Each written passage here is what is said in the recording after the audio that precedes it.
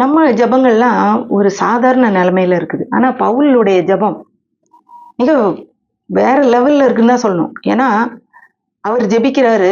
எபேசியர் 1:18 பரிசுத்தவான்களிடத்தில் தமக்கு உண்டாயிருக்கிற சுதந்திரத்துடைய மகிமையின் ஐஸ்வர்யம் இன்னதென்று உங்களுக்கு அறியணும். நீங்க தெரிஞ்சு கொள்ளணும் அப்படிங்கிறார். இப்போ ஒரு சுதந்திரம் இருக்கு. அதுக்கு ஒரு மகிமையின் ஐஸ்வர்யம் இருக்குது. அதே மாதிரி 3:19 அறிவு கெட்டாத அந்த அன்பை நீங்கள் அறிந்து கொள்ளணும். தேவனுடைய சகல பரிபூரணத்தால் நீங்க நிறையப்படணும். இதுக்கு மகிமையின் ஐஸ்வர்யத்தின்படியே அவர் உங்களுக்கு அனுகிரகம் பண்ணணும்ன்றார். இதெல்லாம் அறிஞ்சுக்கிறதுக்கு அவருடைய மகிமையின் ஐஸ்வர்யத்தின்படி உங்களுக்கு அனுகிரகம் பண்ணணும்.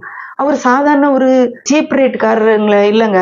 அவர் ஒரு மகிமையின் ஐஸ்வர்யத்தின்படி உதவி செய்கிறவர், அனுகிரகம் செய்கிறவர், சுதந்திரத்தை கொடுக்கிறவர்ன்றது நம்ம அறிகிற அறிவு இருக்கும்போது நம்முடைய பிரச்சனைகள்லாம் மிக சாதாரணமாக நமக்கு போயிடும்.